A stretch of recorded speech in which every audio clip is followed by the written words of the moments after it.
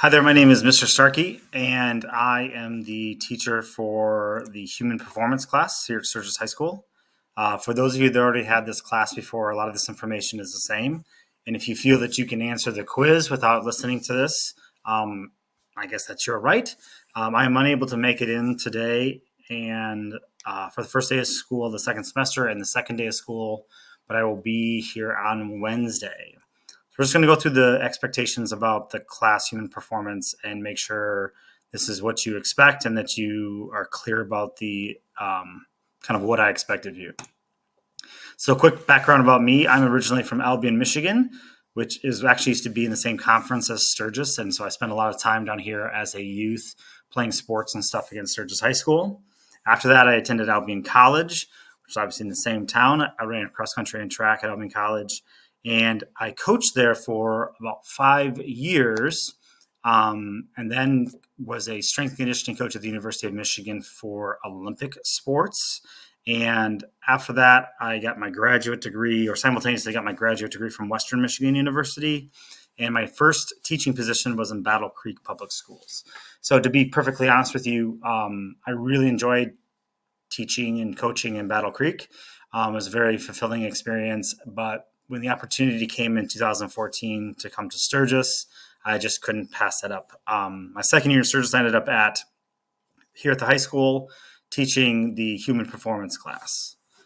My wife, Mrs. Starkey, who's right here and in the middle, she gets very mad at me if I don't talk about my children on the first day. So this is my family. My daughter, Alice, is in 6th grade, which is crazy. And my son, Henry, is in 2nd grade. You can see here some of the photographs from our last couple trips together as a family. We consider travel to be the most important thing we do together. And people make fun of how rusty and crusty my car is, but ultimately I'd rather have a crappy car and be able to take the trips that we have. So this summer, tentatively, we're planning to go to the UK, so England and Scotland. And we're really kind of looking forward to that. So moving on to the class. So what is human performance? So human performance used to consist of basically just 3 basic things, and now it's consisting of just 2. Weight training, obviously, which is what most people are here for, what most people signed up for. And then also to increase and expand your knowledge of exercise science and or how the human body works, some elements of anatomy and physiology, as well as learning the techniques and the names of the different exercises. We used to do speed and agility as a specific part. That has been removed from the class as of fall of 2023. Okay, so what is human performance on a weekly basis? So typically we're in the weight room for at least 4 days a week. If we do not have school for whatever reason, say we don't have school on a Monday or we don't have school on Friday, or if we have a snow day, we will still try to fill every single solitary day, all 4 days of the week, with a session in the weight room. So typically, because of sports teams, we front load the week with our lower body day. The second day of the week is usually an upper body focus. Then Wednesday, we try to do something a little different with our lower body focus again, something like moving very fast, so a speed lift, or doing some type of circuit or contrast training. And if we do get into some of the Olympic lifts, we would fit them in on a Wednesday. Thursday then is reserved for like kind of our second upper body day. And then usually on Fridays, when we did last semester, we would have quizzes, and then whatever time is remaining would be a choice day. So cell phone policy. So I'm just going to warn all of you that as a whole school district, the end is very near for us having cell phones. There's movements afoot by the administration to ban phones for the entire day because there's a lot of upset teachers and a lot of upset administrators with the excessive, needless to say, addictions to phones. In my class, it's not usually that big of an issue. And I'll be honest, we're not going to set a hard policy today because I kind of want to see how the semester goes, and we may have to take it away from you. We may allow some more freedoms, but that's something that at this point I am not yet made my mind up.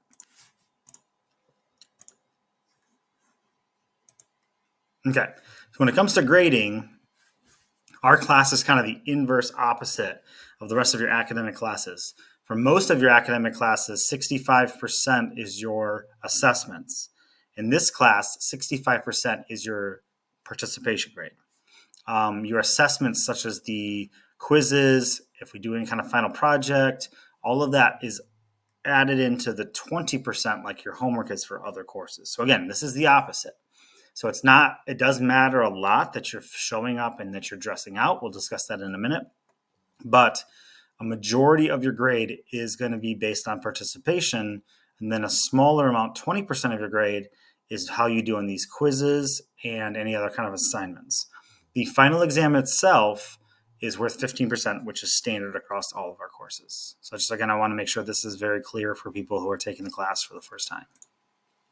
So some changes from last couple semesters to this year is that our dressing out rubric, we used to have 3 points a day for dressing out and then 5 points a day for participation. In order to match Mr. Golden's classes, we are now doing the same thing that he does, and that is 50% of your participation grade is dressing out and 50% is participating. So for the dressing out rubric, it is dressed in proper athletic attire with proper athletic footwear. That does not mean Crocs. That does not mean sandals. Does not mean high heels. Okay. And dressing in flexible, loose fitting sweatpants, shorts, joggers. If they look like jeans, they're not exercise gear. Again, if they're meant to look like a khaki, then they're not exercise gear, right? So I try to keep up with changes in kind of apparel trends and stuff like that. But ultimately, if you're dressed to work out, you're going to be fine. You do not have to change.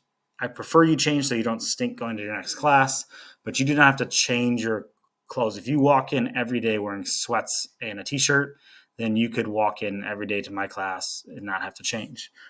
We do give you 5 minutes at the outset of the hour to change your clothes. So attendance will be taken 5 minutes into the day.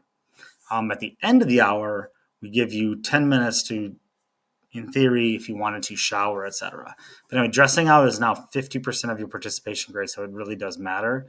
And then it's an all or nothing scale. So if you do not have one of the three things, if you don't have an athletic top, if you don't have athletic shorts or pants, and you don't have an athletic shoe, then you get 0 points. So again, wearing Crocs and sweatpants and a t-shirt is not going to get you any points. That is 0 points guaranteed lost. Okay, for participation, I'm just going to read through this because it really matters. In order to get 5 out of 5 participation points, you must be fully participating and engaged in the assigned activity with little to no off-task behavior. Okay, we may use heart rate monitors again. We didn't get into it in the fall of 23. But if we are to get into it, we would say that you have to have at least 110 beats per minute average. To get a 3 out of 5 is that you're mostly participating in the assigned activity. You have less than 4 instances of off-task behavior, and or you have a lower average heart rate if we end up using those. To get a 2 out of 5, you have to basically be disengaged in the activity, more than 4 instances of off-task behavior, and or a lower heart rate below 85 beats a minute. And then to get a 0, you basically have to be not participating at all. That includes excused absences, more than 4 instances of off-task behavior, and any handbook violations. So even if you're doing really well and you're working hard in class and then you go punch somebody in the face, I have to take all your points away for the day. It's pretty straightforward. A lot of people will ask me, what is off-task behavior? So if on the screen we're doing back squats and you are swinging upside down from one of the pull-up bars like a monkey, I would say that you're not on task. Okay, there are moments and times in the semester where we allow you to be on your phone to monitor your rest periods. So in those instances, I am aware that that's the on-task, that's allowable on-task behavior. So just basically, if you're following directions and doing what you're supposed to, it should be pretty straightforward. Okay, typical daily schedule. So we meet in the main gymnasium and sit on I guess it'd be the northwest corner of the bleachers that are going to be pulled out on a daily basis. So we sit there, we line up in alphabetical order on the gym floor. That way I can go through the attendance line and check to see who's dressed and not dressed faster. I used to do it different ways by just kind of letting people, if I holler their name, then they let me know. And it's way more convenient for me to put you in A to Z order. So after I do take your attendance, if you're at the beginning of the line, then you could go hang out with somebody at the end of the line. But it'd be preferred if you just stay put, it gets it done faster. Then we'll do a whole group warm up on the gym floor typically. And then we head up to the weight room. If it's the first time we're doing something, which will happen a lot at the beginning of the semester, I will go over specific instruction for that exercise. So if I see that we have a class of newbies that have never taken it before, and we're doing something like bench press for the first time, I want to make sure everybody knows how to perform that exercise safely and properly. After that, we separate into groups and begin the workout that's on the television screen in the weight room.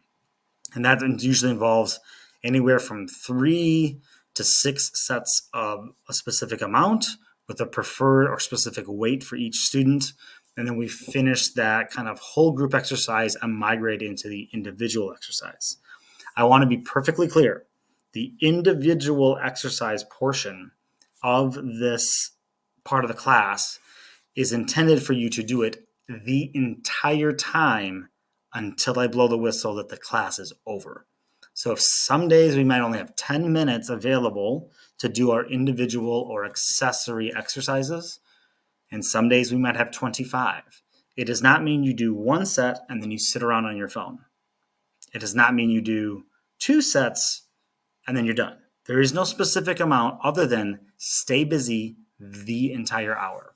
I will have a separate slide about what a sample whole group exercise and what a sample individual or accessory exercise looks like. For example, here is what you would see for a whole group beginning of the day, what we call core exercise. So the core lifts on this day are split squats and dumbbell good morning. So in this case, you would separate into groups. Your group would hopefully have people of similar strength level as yourself. You would load certain percents or a certain amount of weight onto the bar, and you would perform, in this case, which I'll explain more as we move on through the semester, you would perform a superset. A superset means you go from one exercise to the other without taking a break. So this allows us to get twice as much work done in the same amount of time. So you would bring a dumbbell with you or a kettlebell over to your station, maybe 2, and then after you do your split squats, you would immediately do these dumbbell good mornings.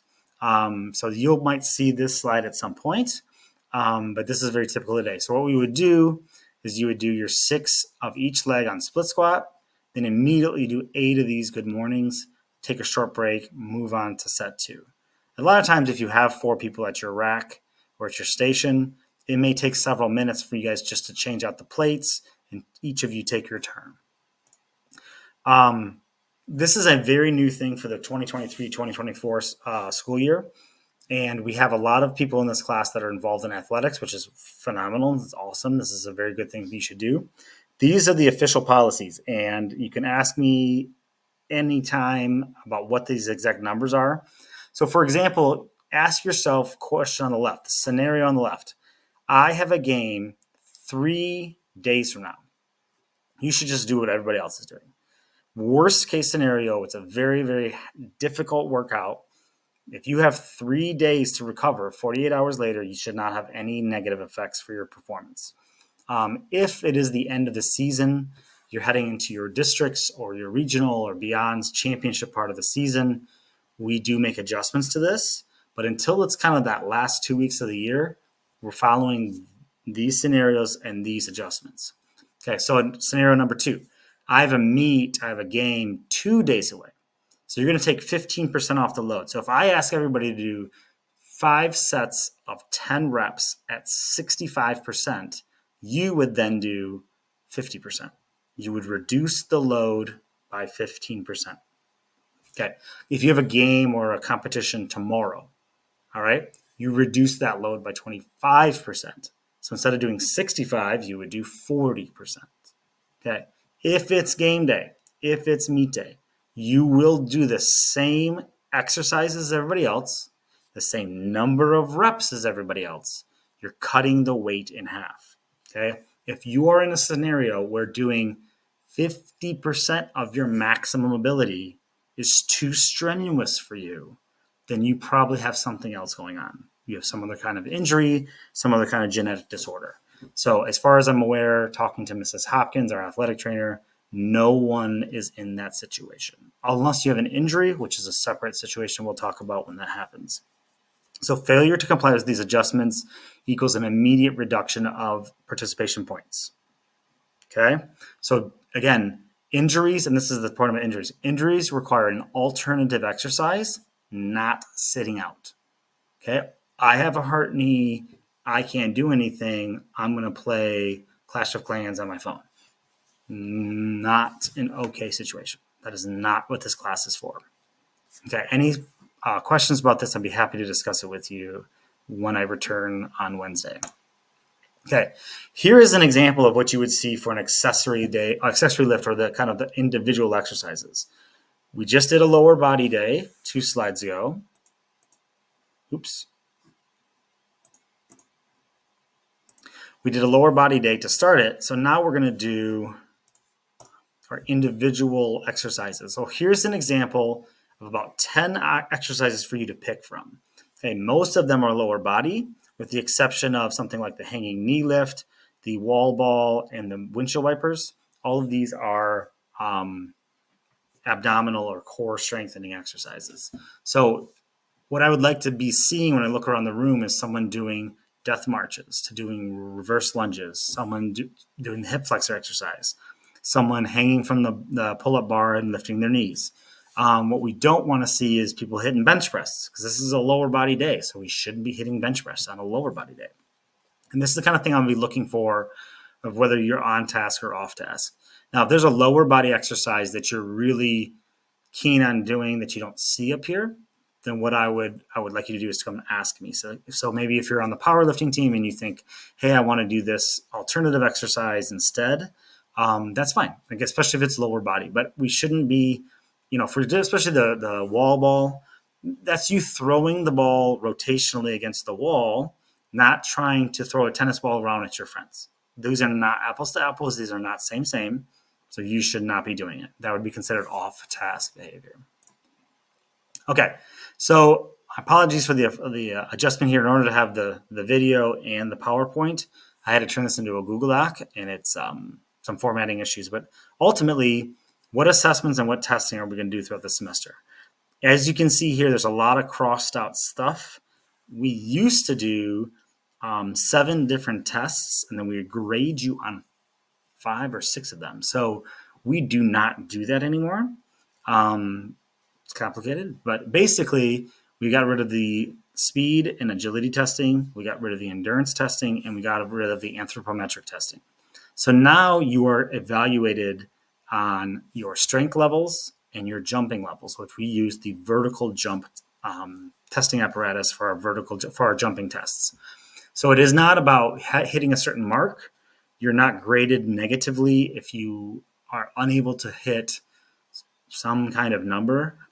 All of your grading is about how much you improve. If you make improvement, then you would get 100% on the final exam for these 2 areas. And if you were to make small lacks of improvement, there's small hits against your grade. Okay. We also have these weekly, almost weekly or bi-monthly quizzes about the different exercises we learn, and we're starting to introduce more biomechanical terms and exercise physiology terminology as well.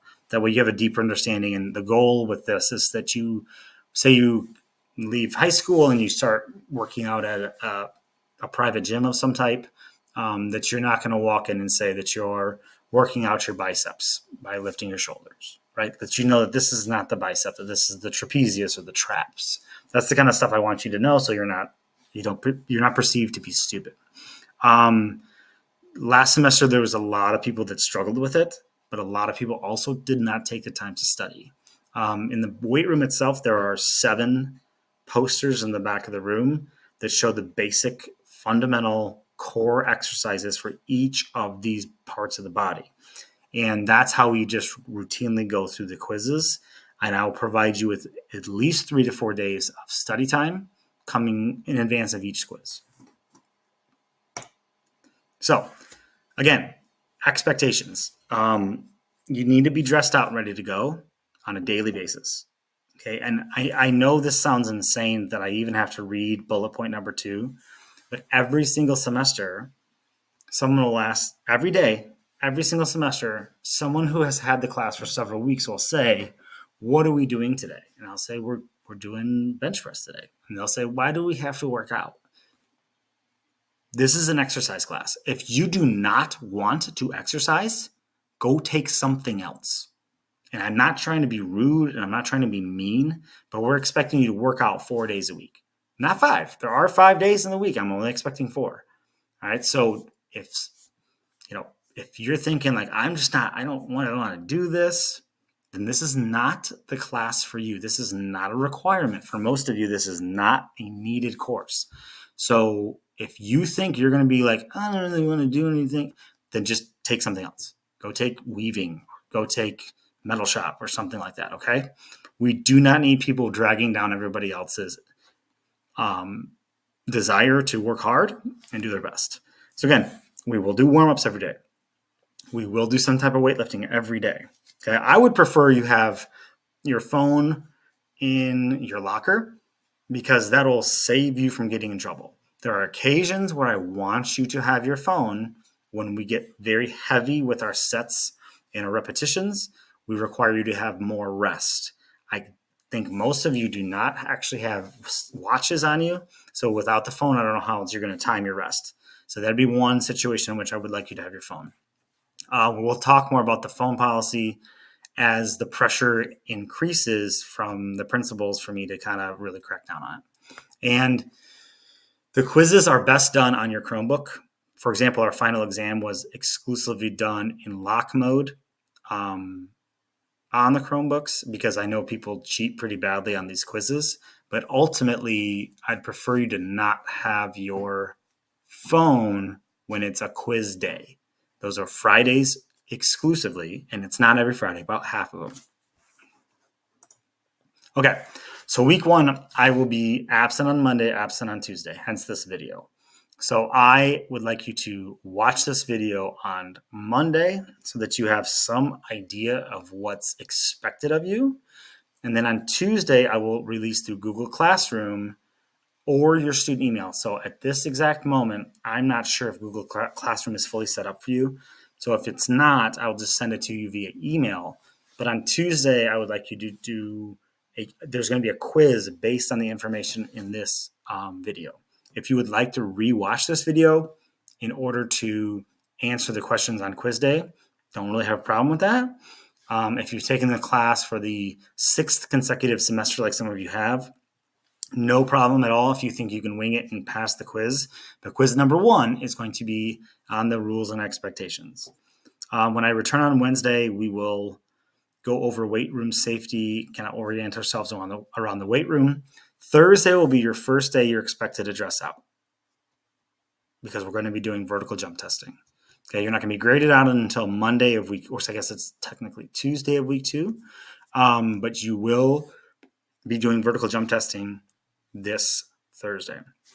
And then Friday, we're going to introduce our first exercise, which will be squatting. And we'll just kind of go over that briefly and then spend whatever time we have left kind of doing a lighter version of a workout. So this is for our orientation when I come back. So anyway, I really look forward to teaching you this semester. For people that have never taken this course before, it can be extremely beneficial for you, especially for some of our people involved in sports. But it's also just like a lot of other things in life. This can be what you make of it. If you would like this to be a blow off and not work very hard, then I would not expect much to happen. We have people that have often and regularly hit milestones, like their first time benching a certain amount, their first time jumping a certain height or squatting a certain number. and then get very excited about that. And I want to encourage that philosophy of just trying to improve and get better. So please be kind to the substitute at the rest of your day today, and we'll see you on Wednesday.